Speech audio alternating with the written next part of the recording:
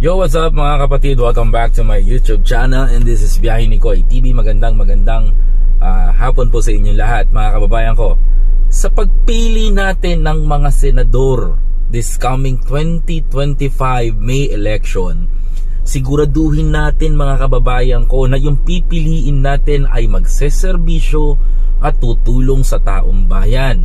Hindi tayo maglalagay dito sa Senado ng isang bobo at walang alam. Kailangan may talino, husay at galing. Yan ang mga kwalifikado na dapat na maging senador ng bayan. Kaya mga kapatid, nais ko pong ihain sa inyo ang isang tao, mga kababayan ko, na tiyak na sigurado ako at nakasisiguro tayo sa kapakanan ng ating mga mamamayang Pilipino.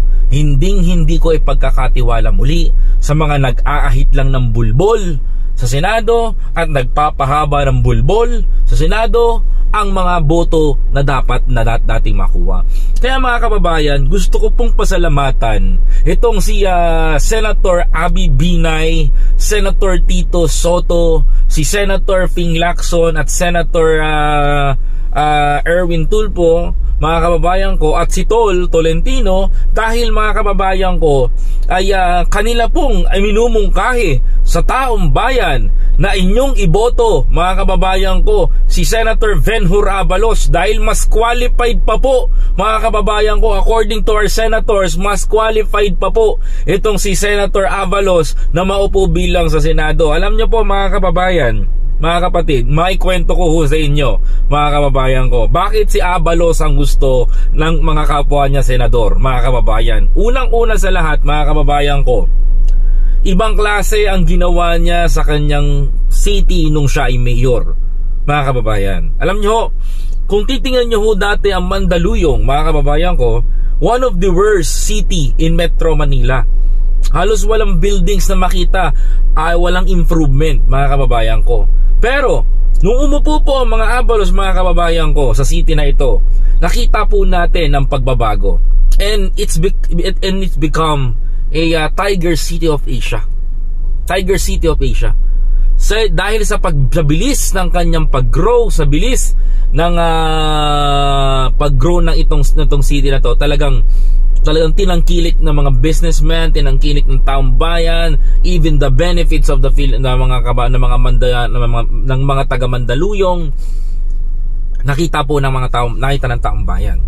And ngayon mga kababayan ko, at naging di natin makakalimutan, naging MMDA chairman din si Senator Abalos, and naging DILG secretary ngayon. Nakakatuwa lang makita mga kababayan ko na sinabi po dito, mga kapatid, na mga senador na kasama niya na inyong tulungan, inyong iangat, inyong iboto, dahil tandaan nyo mga kababayan ko, hindi na kompleto ang alyansa para sa bagong Pilipinas, mga kababayan ko. Yung majority niyan, mga kababayan ko, hindi natin makukuha yan. Malamang sa malamang, mga kapatid, mangunguna na naman ang mga walang kakwenta-kwentang namumuno dyan. Madala na kayo, mga kababayan ko, dahil maraming mga tao ngayon sa Senado na halos wala namang kwentang ginagawa. To be honest, speaking, yung iba dyan papogi lang, yung iba halos naglilingkod para sa isang tao lang. Kung mahal nyo ang bansang Pilipinas, andito ho ang alyansa. Andito ho si Senator Abalos. Andito ho ang panlaban natin. Andito ho ang ating mga senador na handang tumulong para sa atin. Especially to our Senator Abalos. Napakahusay nitong tao na to. Alam nyo, ako ho ay natira sa Mandaluyong, at yung benepisyo ho ng taong bayan doon ay naiiba ho sa ibang syudad. Kung ako ay makakabalik pa doon, abay, napakasarap tumira kung gano'n na namumuno sa isang syudad, mga kababayan. Subalit, may mga laban talaga sa buhay natin, mga kababayan ko, na kailangan natin ipagpatuloy dito sa Caloocan. Pero sa maliit na kapamamaraanan ko na to, may aangat ko ang pangalan ni Senator Abalos sa inyo. My dear Filipino people, sa lahat ng nakikinig sa akin sa buong mundo, buong Pilipinas, huwag niyo hong kalimutan si Senator Abalos. Napakahusay hong tao nito. Napakagaling mamuno. At higit sa lahat mga kababayan ko, napakagaling gawin ng kanyang mga tungkulin mga kababayan. Hindi ho ito bola. At hindi ho kailangan mang bola dito. Dahil ito ho yung katotohanan mga kababayan. Na meron hong sinabi at may kay na mamuno bilang senador si Abalos. Kung papipiliin ako Robin Padilla versus Abalos mga kababayan ko, I vote for Abalos. Kung tumakbo yan noon mga kababayan ko. Kung tumakbo man yan noong 2022 mga kababayan ko, I choose Abalos.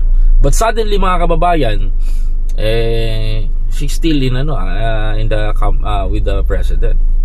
Tsaka higit sa lahat, magaling si Abalos sa hindi lang to sa hindi lang pagdating sa economy, magaling makisaman tao yan. At higit sa lahat, bakit ko iboboto si Abalos mga kababayan ko? Ba't ko pinopromote sa inyo si Abalos? Siya lang naman ang katuwang ng ating presidente nung tinraidor siya ni Vic Rodriguez. Si Abalos lang naman ang taong hindi nang iwan kay BBM nung panahon na tinratraidor siya ni Vic Rodriguez. Si Abalos lang din mga kababayan ko ang natirang tapat na hindi umalis kay presidente mga kababayan ko nung panahon na tinratraidor si BBM ni Rodriguez. Kaya mga kababayan ko, hahayaan nyo ba na mawalan tayo mawalan tayo ng isang senador na kasangga natin? Ito na yun, si Abalos. Mga kababayan ko, my dear Filipino people, gumising kayo sa katotohanan. Ang alyansa ay mahusay, kompleto, rekado para sa inyo.